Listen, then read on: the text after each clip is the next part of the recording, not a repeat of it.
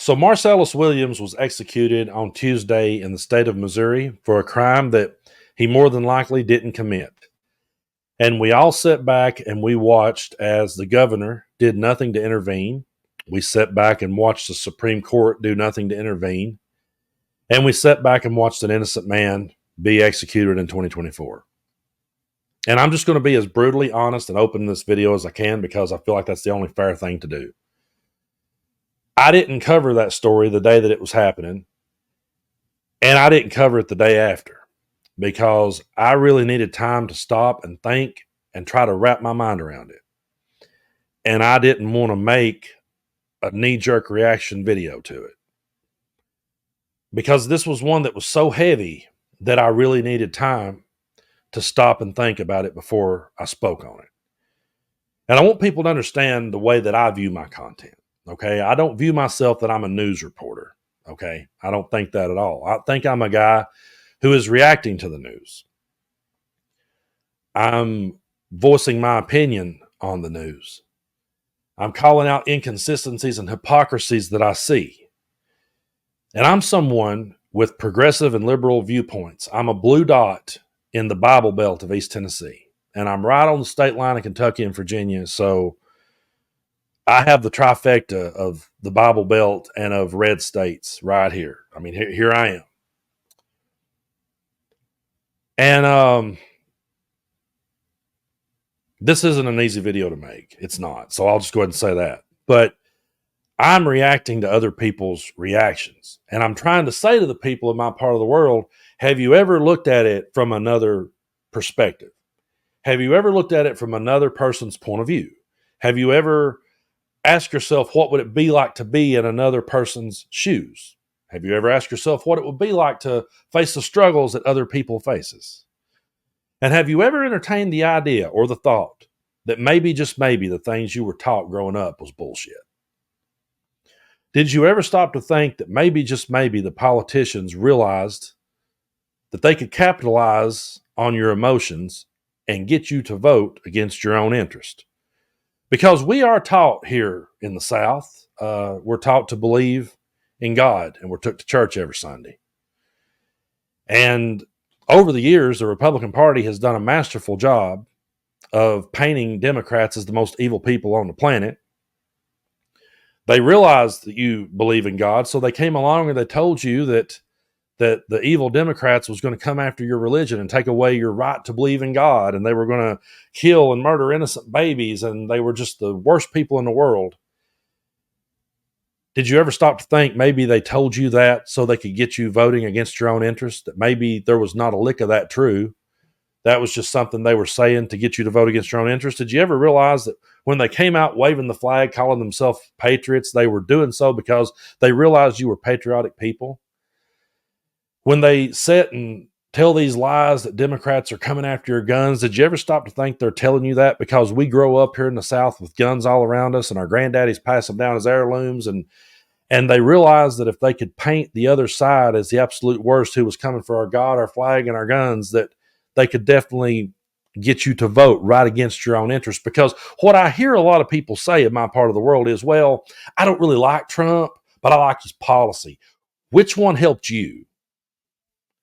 Because the only policies that he actually followed through on and the only promises he followed through on was giving his rich buddies a tax break. How did that help you? It didn't. And he stripped away rights from women by letting Roe versus Wade get overturned because he stacked the Supreme Court to the right. So how did that help you and your daughter? It didn't. So when you say that you like his policies, I call bullshit because his policies doesn't help you or affect you at all. The reason you're saying that is because you were raised to believe that Democrats were the scum of the earth, and you never thought outside the box to say, maybe, just maybe, we're being played. And you sat back and watched an innocent man be put to death, and I watched the reactions. And I saw people on the left outraged. I saw people on the left just really outraged, and rightfully so.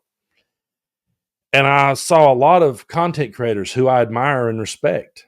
I saw them give some really good takes on it. I saw them say things that I hadn't thought of, and they made me think. And I appreciate them for making me think. I appreciate my good buddy Superman Todd. He put out a really great TikTok video about it and really stopped me dead in my tracks and made me think. So I saw that on the left, and on the right, for the most part, I heard nothing but crickets. They weren't talking about it. But if I did see a comment roll in, it was, well, you don't know. He could have been guilty. I mean, he might not have been innocent. That's the best they could say for Marcellus Williams. And these are the same people who to this day are calling the people that raided the Capitol on January 6th, they're calling them patriots.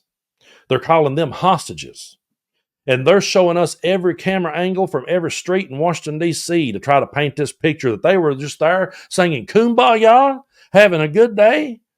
And if you'll just take a look at this video over here, Brando, there was a guy sitting on a park bench eating a hot dog. He was happy. There was nothing going on that day. They let him walk through there. They let him in. Look at this, Brando. Look what they did. They're patriots. They're hostages. They're political prisoners. They're victims. We should pardon all of them. We should hear them out. You should stop and listen to them. But when it's a black man who's a Muslim, it's just like, well, maybe he wouldn't. Maybe he wasn't innocent. Maybe he was guilty. You don't never know. And so you were willing to sit back and watch an innocent man die because let's just cut right through the bullshit, okay? Let's forget about it. Let's just cut right to the point. He was a black man. You're afraid of black people. He was a Muslim. You're afraid of Muslims. And he wasn't on your side echoing and parroting your political agenda, so you just set it out. And a lot of you stayed quiet. And a lot of you will continue to stay quiet, and you'll just go on to the next news story like nothing ever happened. And it's just truly one of the saddest things that I've ever seen. And that's why I needed a few days to think about it before I sit here and talk to you about it. But before we go, I thought that there's one clip. If I'm going to play one clip of anything to do with Marcellus Williams, the only fair clip to play is this one from Marcellus Williams himself. And I want people in my part of the world, if you're still sitting here watching this and you're disagreeing with me and you're thinking whatever you're thinking about me, I don't really care. I want you to listen to what this man has to say about the system. And I want you to understand that he realizes he's facing death. And he still has this amount of foresight. So let's take a look at this, and then I'll come back and wrap up this video. Roll the clip. You know what I'm saying? I'm satisfied with it. Whatever, so I already been right there at that moment. And I, you know what I'm saying, there's nothing changed about it. I'm still, like I said before, I don't believe in the system, the criminal justice system. I don't believe in it, to that degree. But I know that it can be used for good as well. So if good come out of it for me and for my family and for all those that's been supporting me, then all praise be to Allah. There's a little supplication that the Prophet Muhammad, peace and blessing be upon him, he used to say, oh Allah, if life is good for me, then give me life. If death is good for me, then give me death. You know what I'm saying? So that's how I feel. I say the same supplication. So yeah, I'm at peace, of course. I think everyone needs to just really stop and pause after hearing that and understand that that's a man who was at peace with the situation. That was a man who said out loud that he didn't believe in the justice system, but at the same time was still willing to say that it could be used for good. And I can't imagine that anyone in the Trump cult would ever have the same kind of reaction, because we've sat back and watched them whine and cry about January 6th ever since then and refer to themselves as victims and hostages and they're being persecuted by the system. He never said those things. He never went down that rabbit hole of saying those things. So when I sit back and watch other people's reactions and see how they're reacting to things, I see people on the left outraged, and I see people on the right being quiet about it or just brushing it off like it's nothing. And that right there is why you won't hear me say that I'm in the middle or I'm on the fence. No, folks, I'm over here on the left. And I'm proud to be so. I'm proud to be over here because I do not want to be associated with a group of people who could just brush something like that under the rug. I do not want to be associated with people who could just sit back and be so heartless at a moment like this. These are the same people I watched demonize George Floyd. And I made the point back then that, you know what? It doesn't matter what kind of man George Floyd was. It doesn't matter what he may or may not have done in his past. What matters is that he was unjustly murdered right in front of our faces. What matters is that the police officers were not there to be judge, jury, and executioner. They were there to bring him to a fair trial. And they didn't. And I watched people make jokes about that. And I see people make jokes about that to this day. That's why that I will say to you that I am a liberal. I am a progressive. This is the side of the aisle that I am on. I vote for the Democratic Party because that's the party that comes the closest to aligning with what I believe. You sit back and you watch them be quiet on this issue. You sit back and watch them let this roll off their shoulder. And then you think of all the things Donald Trump has said he would like to do. Military tribunals. Let's have Liz Cheney on trial. Let's just lock up every political opponent and everybody that ever spoke out against me.